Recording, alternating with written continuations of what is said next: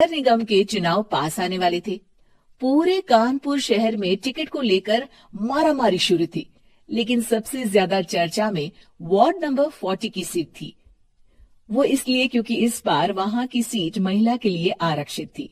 अब सवाल ये था कि चुनाव लड़ेगा कौन।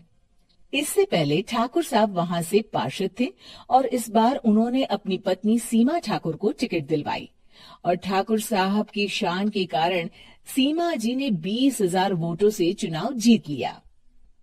अरे बधाई हो सीमा भाभी, अब तो आप वार्ड की पार्षद बन गई हैं। अब तो हमारे काम आप ही करवाएंगी। अरे ये तो सिर्फ नाम की पार्षद बनी है, वो तो महिला सीट आ गई, वरना पार्षद तो मुझे ही बनना था। अब भले ही चेहरा इसका होगा, लेकिन पावर तो मेरी ही होगी। अरे वाह भाई साहब, क्या दिमाग लगाया है आपने भी। आइए आप लोग, खाना लगा दिया है सबके लिए। सीमा जी पार्षद बन चुकी थी, फिर भी उनकी एक ना चलती। सारे काम ठाकुर साहब खुद ही संभाल लेते और जहां जरूरत पड़ती वहां सीमा जी का अंगूठा लगवा लेते। सीमा जी ज्यादा पढ़ी लिखी भी नहीं थी। एक दिन ठाकुर साहब और सीमा एक प्रोग्राम में जाते हैं। अरे ठाकुर साहब, आप आ गए। ओहो, पार्षद मैडम भी आ गई हैं। स्वागत है आप दोनों का। लगता है हमारे पार्षद फंड का सही इस्तेमाल हो रहा है। चलिए अब उद्घाटन करते हैं। ये लीजिए ठाकुर साहब कैची, आप ही सबसे पहले प्रवेश कीजिए। सब लोग आगे निकल जाते हैं और सीमा जी पार्षद होने के बावजूद भी पीछे खड़ी रह जाती हैं। वो देखती हैं कि वेलकम बोर्ड पर उनका नाम है, लेकिन महिला होने के कारण कोई उनका सम्मान नहीं कर रहा। अगले दिन एक आदमी उनके घर आता है। अरे ठाकुर साहब नमस्कार।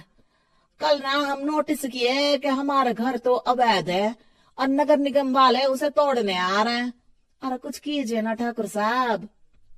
देखो भाई, मैं तो ज्यादा कुछ कर नहीं सकता, पर अगर तुम सबकी जेब गर्म कर दो तो कुछ हो सकता है।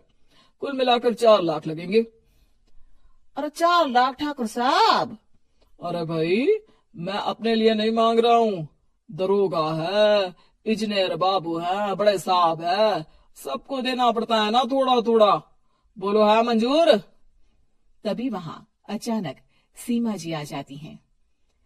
अरे ये आप क्या कर रहे हैं? पहले इन्हीं लोगों से तो आपने वोट मांगे, अब इनसे ही पैसे ले रहे हो। अरे चुप रहो तुम, तुम्हारा काम है सिर्फ अंगूठा लगाना, तुम वही किया करो। मुझे दूसरे काम तुम मत सिखाओ, समझी? और तुम ना जाओ, अब पैसे लेकर आओ, वरना जेसीबी किसी भी वक्त आती होगी।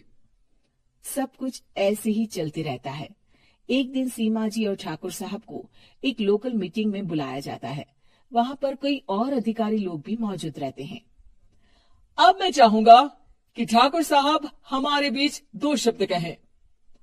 मेरे प्यारे भाइयों और बहनों, आज मेरा सौभाग्य है कि मैं आप सबकी सेवा दिन रात कर पा रहा हूँ। आपने मेरी पत्नी को भारी मतों से जिताया है, इसलिए मैं आप सभी का शुक्रगुजार हूँ। मैं आप सबसे वादा करता हूँ कि हमेशा की तरह हमारे वार्ड में किसी को कोई तकलीफ नहीं आने दूंगा। सभी लोग तालियां बजाने लगते हैं। अब मैं माननीय पार्षद मैडम को स्टेज पे बुलाना चाहूंगा। अपने नाम को बुलाया सुनकर सीमा जी एकदम चौंक जाती है।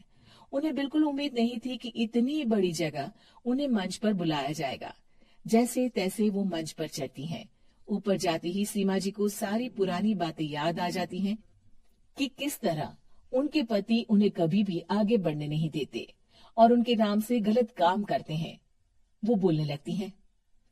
मैं आपके वार्ड की पार्षद सीमा हूँ। आप में से बहुत कम लोग ही मुझे जानते होंगे, क्योंकि इससे पहले मुझे कभी ऐसा मौका ही नहीं मिला। सारे मौके मेरे पार्षद पति यानी आपके ठाकुर साहब ही लेते रहे, लेकिन आज ये मौका मुझे मिला है तो मैं इसे ऐसे ही नहीं जाने दूंगी। मैं आपको ये बताना चाहती हूँ कि आपके ठाकुर साहब मेरे नाम की आड़ में गैर कानूनी काम करते हैं, जिस पर अंगूठों के निशान मेरे होते थे। इसीलिए मैं अपनी गलती मानती हूँ और आज अपने पद से इस्तीफा देती हूँ, ताकि आगे से कोई गलत काम ना हो पाए। अब फैसला आप सबके हाथ में है कि आप हमें क्या सजा देना चाहते हैं। सीमा जी की बातें सुनकर ठाकुर साहब के चेहरे का रंग उड़ जाता है और वो शर्म से मुंह नीचा करके वहां से चले जाते हैं और पद से इस्तीफा देकर ही सही सीमा जी अपने आप में आत्मविश्वास महसूस करती हैं।